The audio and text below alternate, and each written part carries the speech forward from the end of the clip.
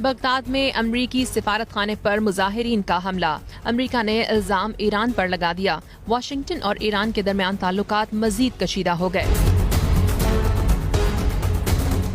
सदर ट्रंप ने social media पर बयान में ईरान पर मुजाहिरीन की पुश्त पनाही का इल्जाम लगाते हुए संगीन नताइज भुगतने के लिए तैयार रहने की धमकी दी। उन्होंने कहा कि ईरान को इस हमले में होने वाले किसी भी जानी और माली नुकसान की भारी कीमत चुकानी पड़ेगी। उधर अमरीकी वज़ीर दिफा मार्क एस्पर ने इराक में अमरीकी सिफारत खाने की सिक्योरिटी बढ़ाने का ऐलान कर दिया।